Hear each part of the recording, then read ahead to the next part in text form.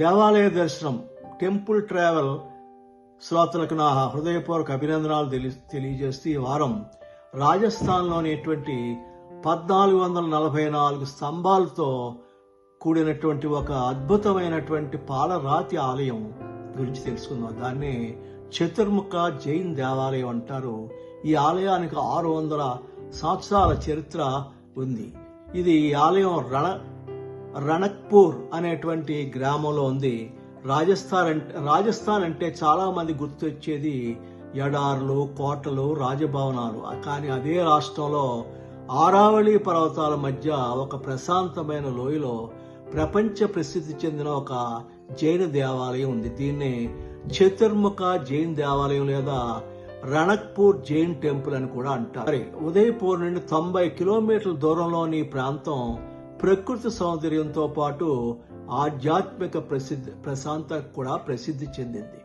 దూరం నుంచే తెల్లటి పాలరాతితో నిర్మించిన ఈ దేవాలయం సూర్యకాంతిలో మిలమిలా మెరిసిపోతూ కనిపిస్తుంది. 15వ శతాబ్దంలో ధరణ్ షా అనేటువంటి ధనవంతుడైన జైన్ వ్యాపారి జీవించేవాడు. ఒక రాత్రి ఆయనకు ఒక అద్భుతమైనటువంటి స్వప్నం వచ్చింది. ఆ స్వప్నంలో 4 దిక్కుల వైపు ముఖాలు కలిగిన గొప్ప దేవాలయాన్ని నిర్మించాలని తనకు దైవ సూచన లభించిందని ఈ భక్తుడు తెలుపుతాడు. ఈ స్వప్నం ఆయన జీవితాన్నే మార్చివేసింది. అప్పుడే మేవార్ రాజు రాణా కుంభాను కలిసి తన కోరికను ఆయనకు నివేదించాడు. రాజు కూడా ఈ మహత్తర నిర్మాణానికి మద్దతు ఇచ్చి భూమిని దానం చేశాడు. అలా ఈ ప్రాంతం రణక్పూర్ గా ప్రసిద్ధి చెందని చెప్తారు. నిర్మాణం సుమారు 15వ శతాబ్దంలో ప్రారంభమై అనేక దశాబ్దాల పాటు కొనసాగింది. వేలాది శిల్పులు, కార్మికులు ఈ మహత్తరమైన నిర్మాణంలో పాల్గొన్నారు. చతుర్ అంటే 4, ముఖ అంటే ముఖం. ఈ ఆలయంలో ప్రధాన దేవుడైనటువంటి మొదటి జైన తీర్థంకుడు ఆదినాథుడు 4 దిక్కుల వైపు దర్శనం ఇచ్చేలా ప్రతిష్ఠించబడ్డాడు. దీనికి ఒక గొప్ప సందేశం కూడా ఉంది. ధర్మం ప్రకారం ఒక్కో ప్రాంతానికో ఒక వర్గానికో ధర్మం పరిమితం కాదు.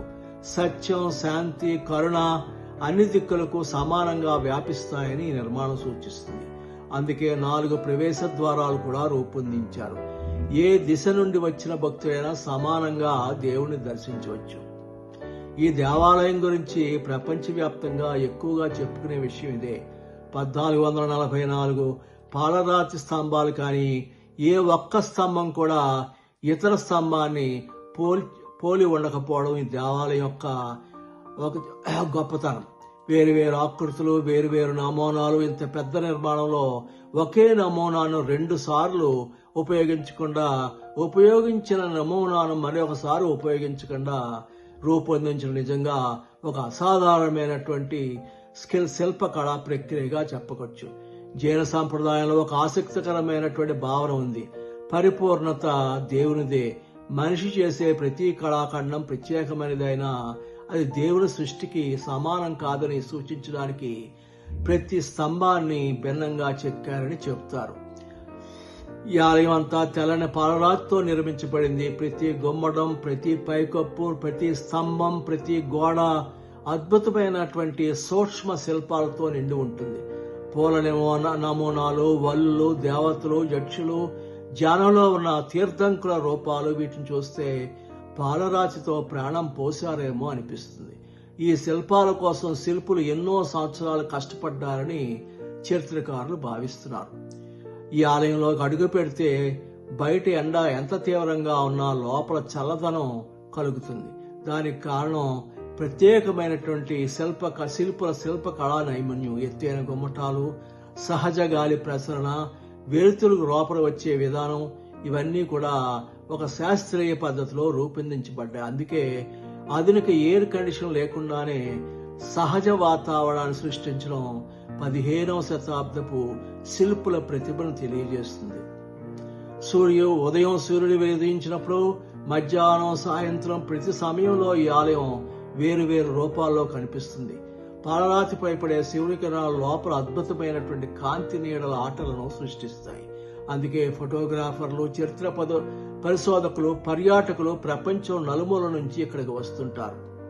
ఈ ఆలయం కేవలం శిల్పకళకు మాత్రమే కాదు, జైన మతంలోని ముఖ్యమైన విలువలను కూడా అది ప్రతిబింబిస్తుంది. అహింస, సత్యం, అపరిగ్రహం, స్వీయ నియంత్రణ, ప్రతి నిర్మాణం, ప్రతి శిల్పం ఈ విలువలను గుర్తు చేస్తుంది. అదే ఇది భక్తులకు మాత్రమే కాదు, చరిత్రను ప్రేమించే ప్రతి ఒక్కరికి ఒక ప్రత్యేకమైన ప్రదేశం.